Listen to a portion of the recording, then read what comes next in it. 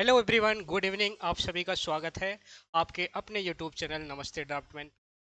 तो जैसा कि आप सभी को इन्फॉर्मेशन मिल चुकी होगी कई सारे यूट्यूब चैनल के थ्रू, और कई सारे टेलीग्राम चैनल्स भी हैं, या आपने ऑफिशियली जाके भी चेक कर लिया होगा आरआरबी की वेबसाइट से कि क्या है हकीकत आरआरबी जेई की, कितनी पोस्ट एग्जैक्टली आने वाली हैं। ये सारी बातें जो हैं इस समय बहुत सारे स्टूडेंट्स के मन में चल रही हैं। बहुत सारे लोगों का मेरे पास मैसेज भी आ रहा है कि सर एक बार कंफर्म करिए कि क्या ये रियल में वैकेंसी आने वाली है या फेक है। तो मेरे भाई देखो, अभी तक आप जिस भी एग्जाम की तैयारी कर रहे थे, आपका हो सकता है कि एग्जाम नहीं निकला। जैसे कि अभी रिसेंट में यूकेपीएससी ने अपना जेई का रिजल्ट जारी किया। कुछ स्टूडेंट्स का वहाँ सिलेक्शन हुआ, उन्हें बहुत बहुत शुभकामनाएं अपनी नई जर्नी शुरू करने के लिए।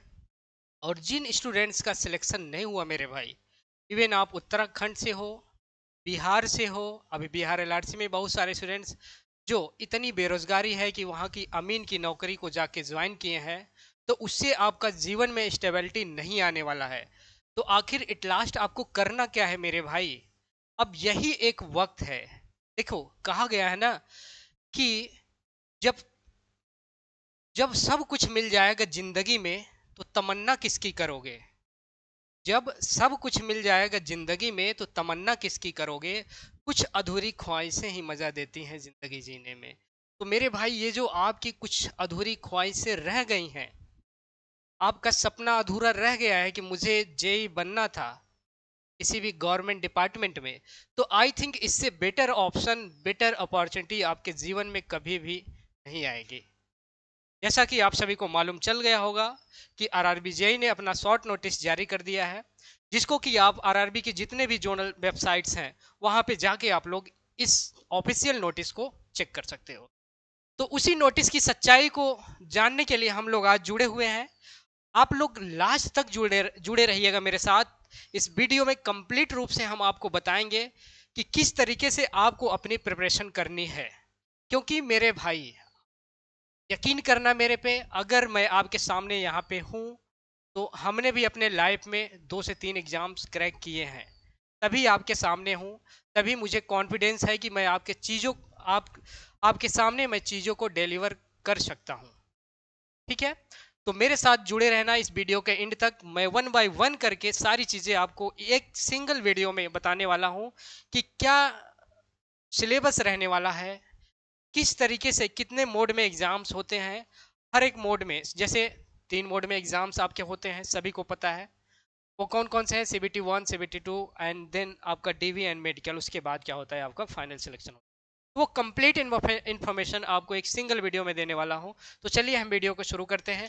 देखिए, आप सभी को ये पता चल गया होगा कि government of India, ministry of railway ने अपना एक शॉर्ट नोटिस जारी किया है, जिसमें कि इन्होंने कंफर्म किया है कि आरआरबी जेई की जो वैकेंसी हम लाइव करने जा रहे हैं फॉर्म, ये फॉर्म आपका लाइव हो जा रहा है। ओपनिंग देखिए, ये फॉर्म जो ओपन हो रहा है, ओपनिंग डेट ऑफ एप्लीकेशन 30/7/2024। मतलब मेरे भाई, जुलाई के लास्ट से ये फॉर्म लाइव हो जाएगा। आप लोग इस फॉर्म को अप्लाई कर सकते हैं। अब इसकी लास्ट डेट क्या होगी, आप सभी के मन में आ रहा होगा। तो इसकी लास्ट डेट जो है 29/8/2024। तो देखा जाए ओवरऑल आपको 30 डेज का टाइम मिलेगा इस फॉर्म को अप्लाई करने के लिए। 30 डेज का, ठीक है। ओवरऑल आपको जो यहाँ टाइम मिलने वाला है 30 डेज का, ठीक है। ये तो बात रही फॉर्म कब लाइव होने वाला है। अब आपके मन में एक प्रश्न आ रहा होगा कि सर, कौन कौन से लोग इस फॉर्म को अप्लाई कर सकते हैं? तो उसके बारे में, एलिजिबिलिटी क्राइटेरिया क्या है उसके बारे में हम लोग देख लेते हैं। पहले तो हम लोग देख लेते हैं कि यहाँ पोस्ट कौन कौन सी जिस पे नोटिफिकेशन आने वाली है। Junior engineer, depot material and superintendent and chemical and metallurgical assistant. Level 6 की जॉब है, जहां पे आपकी इनिशियल पे स्केल रहने वाली है 35,400 रुपीज। ठीक है। एज लिमिट की बात किया जाए, देखिए 18 से 36 ईयर, मतलब इस एज ग्रुप के अंदर अगर आप हो तो इस फॉर्म को आप अप्लाई कर सकते हो। ये अगर एज क्राइटेरिया की बात किया जाए तो ये है यूआर कैटेगरी के लिए। मतलब अगर यूआर के अलावा आप ओबीसी हैं, एससी हैं, एसटी हैं या महिला हैं, या आपके पास कोई स्पेशल रिजर्वेशन है, तो आपको क्या होता है कि इसमें एज रिलैक्सेशंस भी मिलते हैं। तो आप मान के चलिए कि अगर 40, आपकी एज अगर 40 है, तो भी आप इस फॉर्म को अप्लाई कर सकते हैं, अगर आपके पास कोई क्या हो, स्पेशल कैटेगरी में आपके पास क्या हो, आपकी कोई स्पेशल कैटेगरीज हो। ठीक है, तो टोटल पोस्ट जिस पे अभी तक वैकेंसी आनी है वो है 7,934 पोस्ट। ये अपने आप में एक बहुत बड़ा नंबर है जूनियर इंजीनियर के लिए। ठीक है, हालांकि ये वैकेंसी, ये नंबर जो है पिछले ईयर की कंपैरिजन में थोड़ा कम है, बट आप लोग यकीन मानिए कि ये वैकेंसी फ्यूचर में क्या होगी, एक्सटेंड करेगी, इसमें वैकेंसी इंक्रीज होगी जरूर। अभी यहाँ पे वैकेंसी को कैटेगराइज नहीं किया गया है क्योंकि ये स्टार्ट नोटिस है। इसमें सिविल की कितनी है, इलेक्ट्रिकल की कितनी है, मैकेनिकल की कितनी है, इलेक्ट्रॉनिक्स की कितनी है, ये अभी कुछ कंफर्म नहीं है। ये कंफर्म तभी होगा जब डिटेल नोटिफिकेशन आएगा। ये डिटेल नोटिफिकेशन आपको कहाँ से मिलेगा, आप लोग हमारे चैनल के साथ जुड़े रहिएगा। हम रेलवे से रिलेटेड कोई भी अपडेट हो आपको टाइम टू टाइम प्रोवाइड करेंगे, ये मेरा वादा है। और किस तरीके से आपको आपकी तैयारी करनी है वो भी हम बीच बीच में आपको गाइड करेंगे।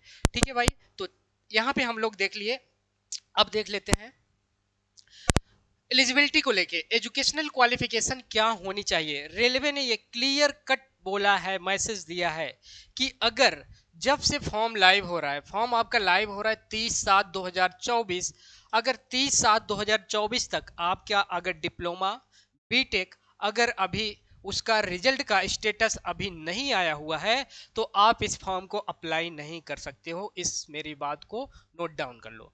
मे भी आप अप्लाई कर लो, but at the last document verification के टाइम में आपको एग्जिट कर दिया जाएगा। ठीक है, ये पॉइंट्स नोट डाउन करना।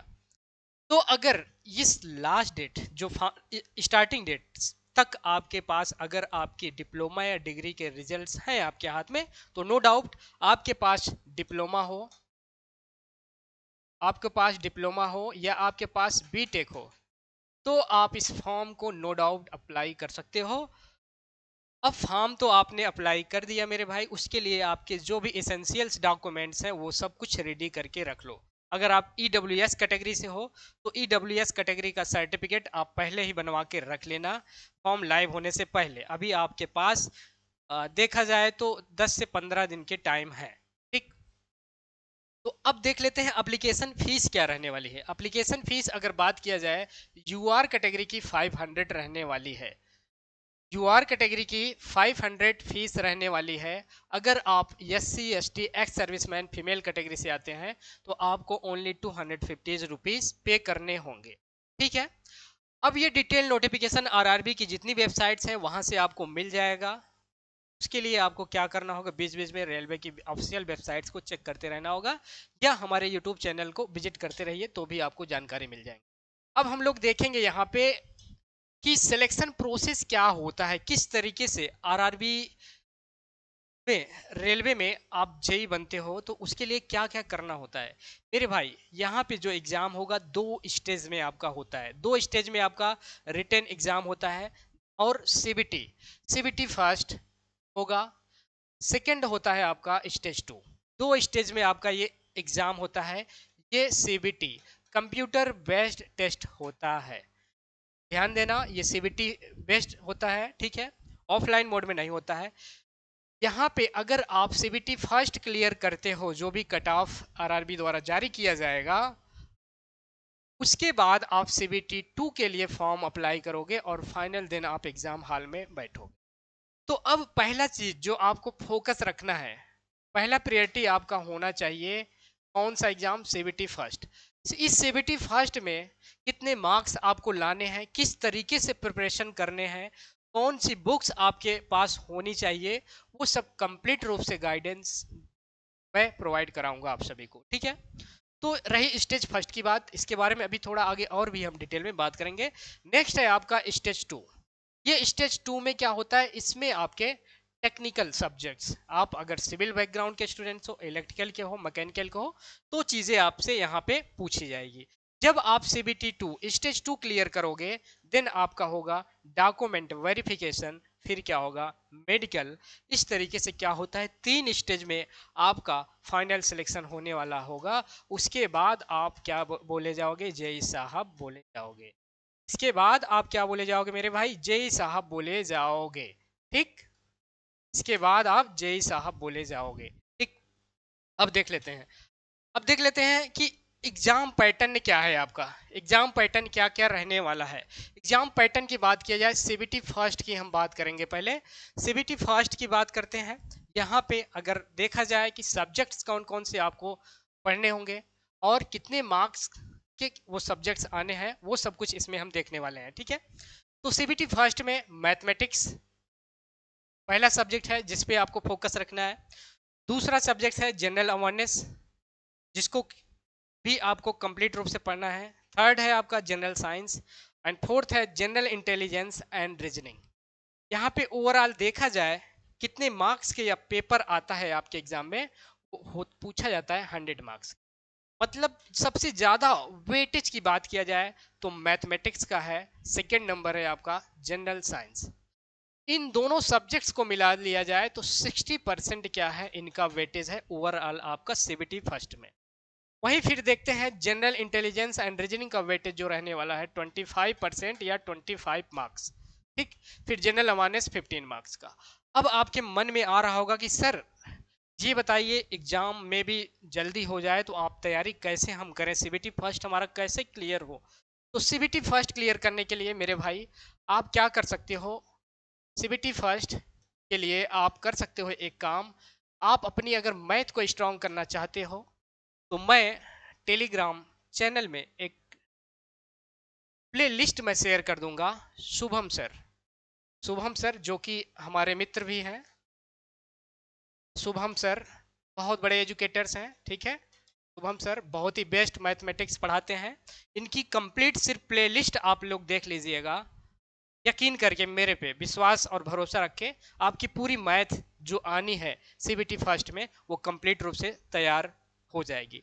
शुभम सर के बारे में बता दूं, शुभम सर एक बहुत ही अच्छे प्लेटफॉर्म पे पढ़ाते हैं। आप लोगों ने एग्जामपुर का नाम सुना ही होगा, एग्जामपुर। ठीक है, तो इनसे आप मैथमेटिक्स अपनी स्ट्रांग कर सकते हो। ठीक, उसके बाद रही जनरल अवेयरनेस। जनरल अवेयरनेस के लिए बुक्स मैं आपको बता दूं, इसके लिए आप मनोहर पांडे, मनोहर पांडे, मनोहर पांडे की बुक आती है मेरे भाई। ठीक है, जीके की 30 रुपीज की बुक आती है, सिर्फ उसी बुक को पढ़ो। बहुत ज्यादा कंटेंट रिसोर्सेज को आप इकट्ठा करने की कोशिश मत करो, इतना बहुत ही सफिशियंट होगा। या अगर और कुछ एक्स्ट्रा आप पढ़ना चाहते हो तो आप एनसीईआरटी, एनसीईआरटी की मार्केट में सार संग्रह आती है, उसको आप पढ़ो, प्रेफर करो, तो आपका वहां से जीके क्या होगा पूरी तरीके से तैयार हो जाएगा। अब जनरल साइंस की बात रही, जनरल साइंस के लिए आप क्या काम कर सकते हो, इस मनोहर पांडे की मदद से भी आपका तैयार हो सकता है जनरल साइंस, या आप लूसेंट इसके लिए प्रेफर कर सकते हो। ठीक है, फिर रही बात रीजनिंग और जनरल इंटेलिजेंस की, ये भी आप एग्जामपुर से पढ़ सकते हो। ठीक है भाई, यहाँ मैं एग्जामपुर की पब्लिसिटी नहीं करने आया हूँ, लेकिन Shubham sir one of the best mathematics के फैकल्टी हैं। अगर एक बार हाँ पढ़िए तो ज़रूर आपको यकीन होगा कि हाँ सर ने जो कंटेंट दिया है कुछ दिया है। ठीक है, तो ये रही स्टेज फर्स्ट या सीबीटी 1 की बात, जिसमें कि टोटल 100 मार्क्स के क्वेश्चंस पूछे जाएंगे और इनका मार्क्स का डिस्ट्रीब्यूशन जो है इस तरीके से रहने वाला है। बहुत ही अच्छे से भाई इसका स्क्रीनशॉट ले लो और ध्यान में रखना मेरी ये बात, स्टार्ट कर दो अपनी प्रिपरेशन। अब रही जिससे आपका फाइनल सिलेक्शन होने वाला है, वो है सीबीटी 2। सीबीटी 2 ही डिसाइड करेगा कि आप जेई साहब कहलाओगे या नहीं कहलाओगे। ठीक, सीबीटी 2 में जो आपसे पूछे जाने हैं टोटल 150 मार्क्स के क्वेश्चंस पूछे जाने हैं। ये पेपर आपका सीबीटी कंप्यूटर बेस्ड टेस्ट होगा। ठीक है, यहाँ पे अगर बात किया जाए फिर से वही जनरल अवेयरनेस, आपको मनोहर पांडे जी को ही बार बार रिपीट करना है, 15 मार्क्स का रहने वाला है।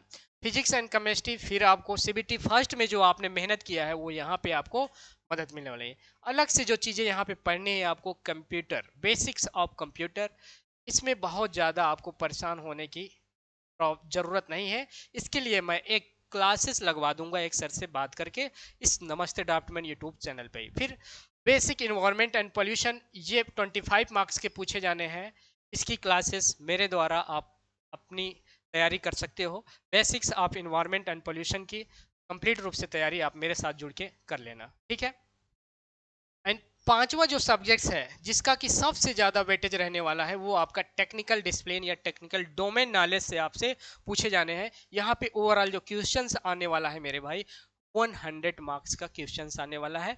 इसमें कंप्लीट रूप से सिविल इंजीनियरिंग आपकी पूछी जाएगी। तो अब मेरे भाई बहुत सारे लोग क्या होंगे, बहुत सारे स्टूडेंट्स नए नए बैचेज जाएंगे कंप्लीट रूप से ज्वाइन करने। देखिए अब कुछ नहीं हो सकता, मैं बोलूं कि अब कुछ नहीं हो सकता।